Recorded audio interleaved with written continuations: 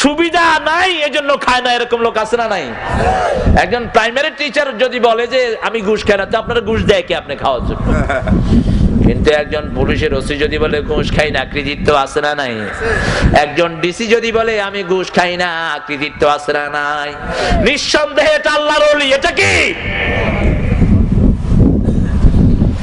এজন্য আমার নবী সাল্লাল্লাহু আলাইহি সাল্লামের জন্য আল্লাহ বলছেন, ও নবী আপনার মাধ্যমে সারা উম্মতকে বলে দেন নামাজ কায়েম করতে হবে সকাল থেকে সন্ধ্যা পর্যন্ত, রাত পর্যন্ত। আকিমিস সালাতা লিদুলুকিশ শামসি ইলা গাসাকিল, রাতের মধ্যভাগ পর্যন্ত। আল্লাহু আকবার। নামাজ কায়েম করবেন। কায়েম মানে হলো 5 ওয়াক্ত পড়তে হবে। কয় ওয়াক্ত? যেমন ড্রেস কায়েম আছে, কোন ওসি যদি জামা ছাড়া অফিসে যায় তাকে তার পিয়ন ঢুকতে দিবে? আবার আমাদের দেশে টুপি কায়েম আছে। টুপি ছাড়া যদি কোন ইমাম সাহেব নামাজ পড়ায়, মুসল্লিরা নিজের টুপি খুলে ইমামকে দিয়ে দেয়। কিন্তু নামাজ কায়েম নাই। নামাজ কায়েম থাকলে একজন ওসিও বেনামাজি হতে পারত না, একজন এমপিও বেনামাজি হতে পারত না, একজন টিওনো বেনামাজি হতে পারত না। আবার আমার আল্লাহ বলছেন ফজরের সময় কোরআন পড়ো। কেন ফজরের সময় কোরআন পড়বো? কোরআন শুধুমাত্র আল্লাহর কিতাব নয়, কোরআন হলো ঔষধ। ফজরে এই কোরআন পড়বেন, আল্লাহ সব রোগ ভালো করে দিবেন। আজকে কোরআনের তেলাওয়াত কম না বেশি? পীর সাহেবদের অনেকের কাছে কোরআনের কোনো তেলাওয়াত নাই। কয় যে এই জিকিরগুলি করবি কি ডান দিক থেকে না বাম দিকে?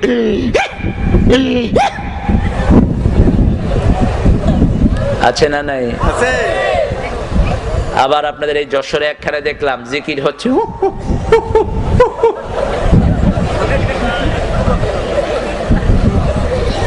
আহা পাইলাম কি আর করি কি? এরকম কোনো কিছু ইসলামে আছে? আবার কেউ জিকির করতে করতে গাছে উঠে। আপনাদের এখানে অবশ্য নাই। গাছে উঠে, গাছে গাছে উঠে। নামাজ শুরু হয়েছে, নামাজের ভিতরে জিকির চলছে। আল্লাহ কই, আল্লাহ কই, আল্লাহ কই, আল্লাহ কই? নামাজের ভিতরেই। সামনে থেকে একটা কই, এই তো আমি, এই তো আমি।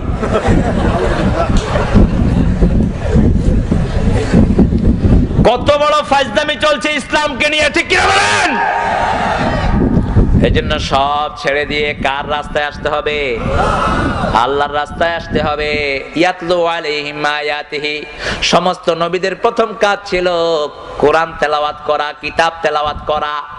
কিতাব তেলাওয়াত করে তেলাওয়াত অনুযায়ী চলতে হবে, অন্য কোনো ওয়াজ নাই। ওয়াজ কার? আল্লাহ ছেড়ে বড় ওয়াজ কেউ আছে?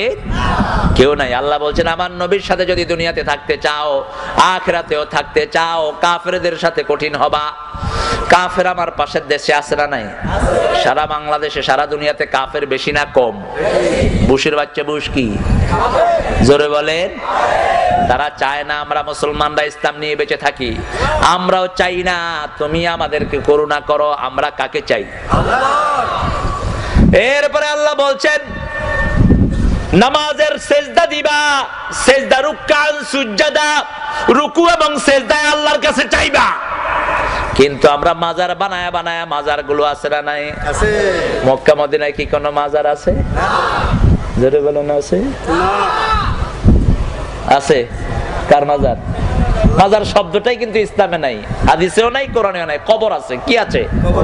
কবর আছে। আর বিশ্বনবী যেখানে শুয়ে আছেন ওটা হলো রাউজাতুন নবী সাল্লাল্লাহু আলাইহি ওয়াসাল্লাম। 10 বছরে মাত্র 9.5 লক্ষ বর্গ মাইলের প্রেসিডেন্ট হলেন মুহাম্মদ সাল্লাল্লাহু আলাইহি ওয়াসাল্লাম। 3.5 কিলো দিয়ে শুরু করলেন, 9.5 লক্ষ বর্গ মাইলের প্রেসিডেন্ট হলেন। আল্লাহু আকবার।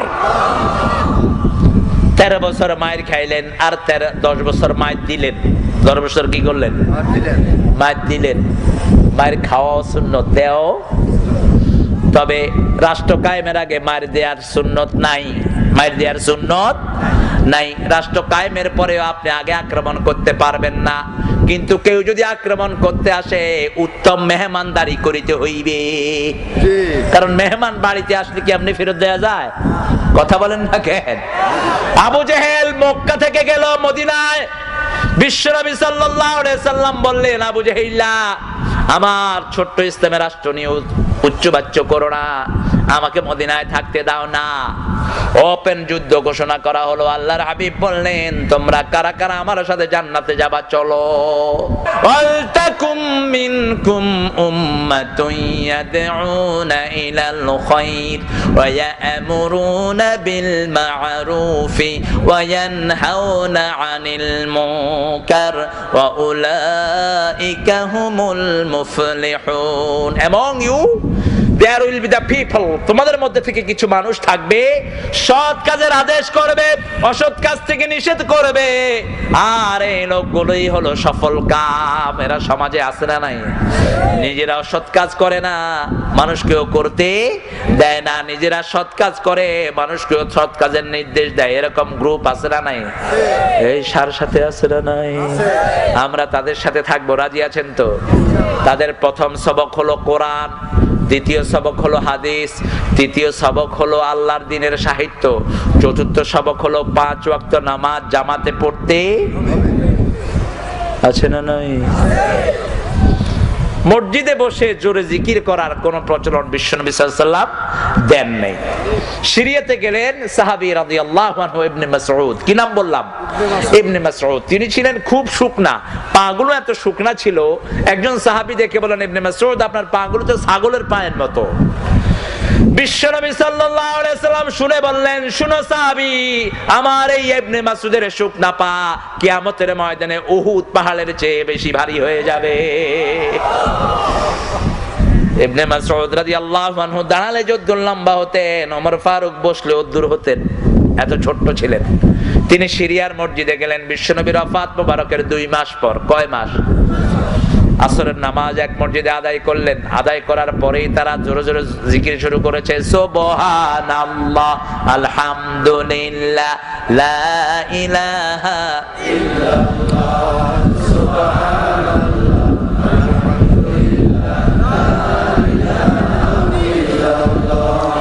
লা ইলাহা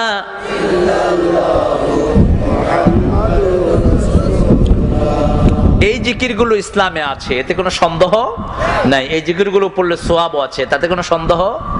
কিন্তু নামাজের পরে বিশ্বনবী কখনো এই জিকিরগুলো জোরে জোরে পড়েন নাই। তিনি দাঁড়িয়ে গেলেন, দাঁড়িয়ে বলছেন, আতারিফুনি, তোমরা কি আমাকে চিনো? চিনলে লোকটার সম্মান আছে না নাই? চিনলে সবার কাছে সম্মান আছে, না চিনলে কোনো সম্মান। প্রথম পরিচয় দিলেন, আমার নাম ইবনে মাসউদ রাদিয়াল্লাহু, বিশ্বনবীর আমি সাহাবী। সব ইবনে মাসউদের দিকে তাকিয়ে আছেন, বললেন, তোমরা যে কাজটা শুরু করলা, আজও বিশ্বনবীর কাফনের ওই কাপড়টা পুরান হয়নি, যেখানে ধুইয়েছি সেই জায়গাটা এখনো শুকায় নাই। এখনই তোমরা ইসলামের ভিতরে বেদাত শুরু করেছো। কে বলেছে এই তাসবিহগুলো জোরে পড়ার জন্য? শুধু সালাম ফেরানোর পরে আমরা বিশ্বনবীকে সহ আল্লাহু আকবার জোরে পড়তাম। কি পড়তেন? আল্লাহু আকবার। ইহতাজ্জাল মসজিদ, মসজিদ কম্পন করে উঠতো। আর সব জিকিরগুলো গোপনে না প্রকাশ্যে? কথা কন না কেন? সুবহানাল্লাহ, আলহামদুলিল্লাহ, আল্লাহু আকবার, গোপনে না প্রকাশ্যে? গোপনে করতে বলেছেন কে? উদুল্লাহ তাদাররুআন ওয়া খুফিয়াতান দুনাল জাহরি বিল কওল, বলেও দিয়েছে।